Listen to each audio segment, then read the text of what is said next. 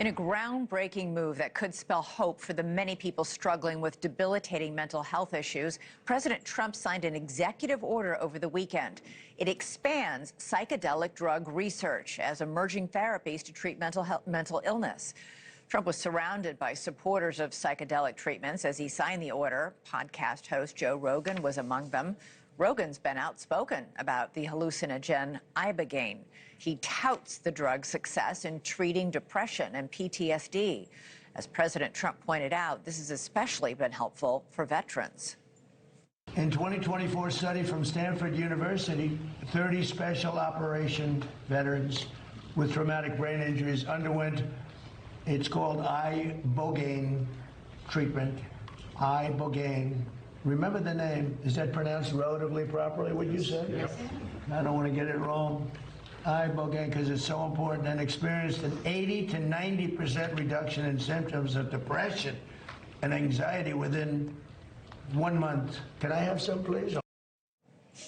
Jokes aside, early research really does suggest that ibogaine may alter certain neural pathways that could help improve mental health conditions for many, many people who suffer and help stem a crisis that is claiming a staggering number of veterans' lives, a deadly toll my next guest knows all too well. Matthew "Whiz" Buckley is a former Top Gun pilot and supporter of these psychedelic treatments for vets. He's used ibogaine to treat his own PTSD, and now as a founder of the No Fallen Heroes Foundation, he helps other veterans get the therapy as well. Buckley was also at the White House over the weekend when Trump signed that order, and Matthew joins me now. Great to have you back. You say psychedelic therapy saved your life. What happened?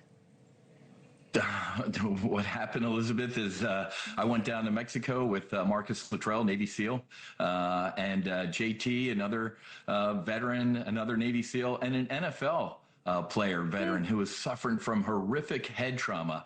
And let me give you the cliff notes, Elizabeth. It was not fun. It was not recreational. I've done some challenging things in my life. This was, without a doubt, one of the most challenging, but I got about 40 years of therapy in 14 hours. I had lost my faith for decades. I had disconnected from my beautiful bride, my children. I had hit the bottle.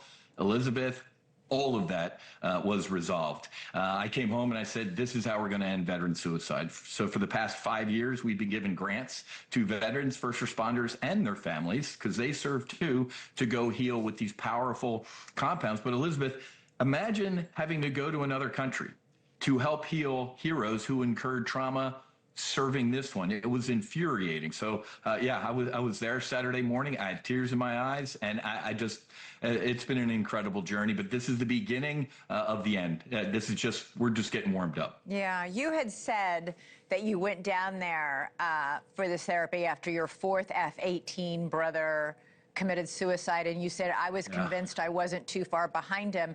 I was curious, when you wrote about that incredible 14 hours, which sounds brutal and hard, but you said, it shattered what I thought I knew about myself, God, trauma, and what it truly means to heal.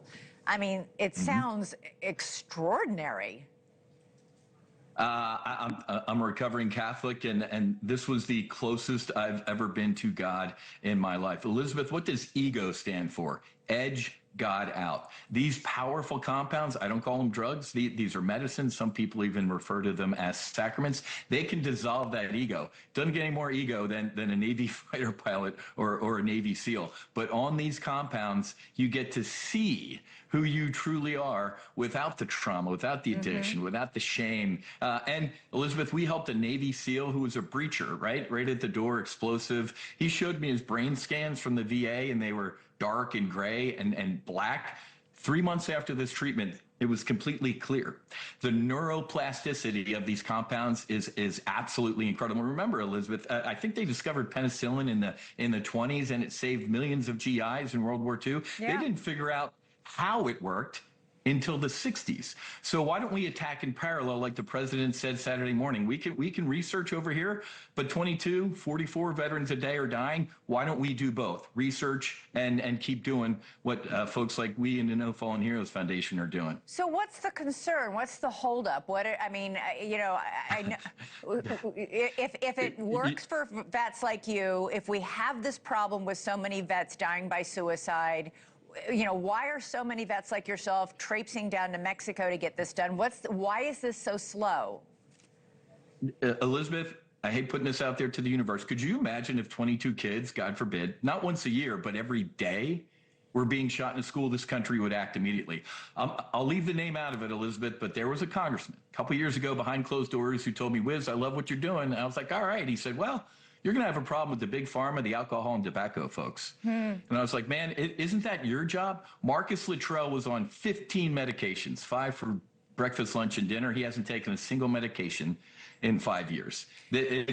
We're pushing on a lot of powerful interests, Elizabeth, but lead, follower, get out of the way. And how recently did you have this therapy? How long does it last? Do we have, your own, I guess it would be your own test, of this therapy? What's the longest period of time somebody's gone on having been helped by this? Or do you have to keep going back and getting it more, like booster shots of it in essence?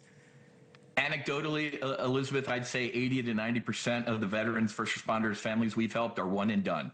I don't want to do this again. It was so a lot of one and done, but Rob O'Neill, the Navy SEAL, he was in the Oval Office with us. He said, Mr. President, I had to go back 3 times, and now I'm good, because he had a problem with the bottle.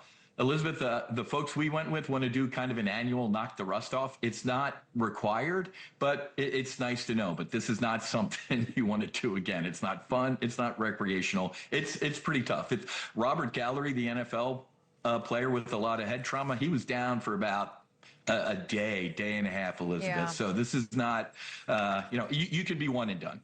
Well, so many veterans in their distress, as you did and as that Navy SEAL did, turn to alcohol to self-soothe, which creates a whole other set of problems. It is really amazing to see. It was great to see you in the Oval Office for the big signing. Let's hope that we can spread the help to more people who need it. Matthew Buckley, thank you, as always. Thanks.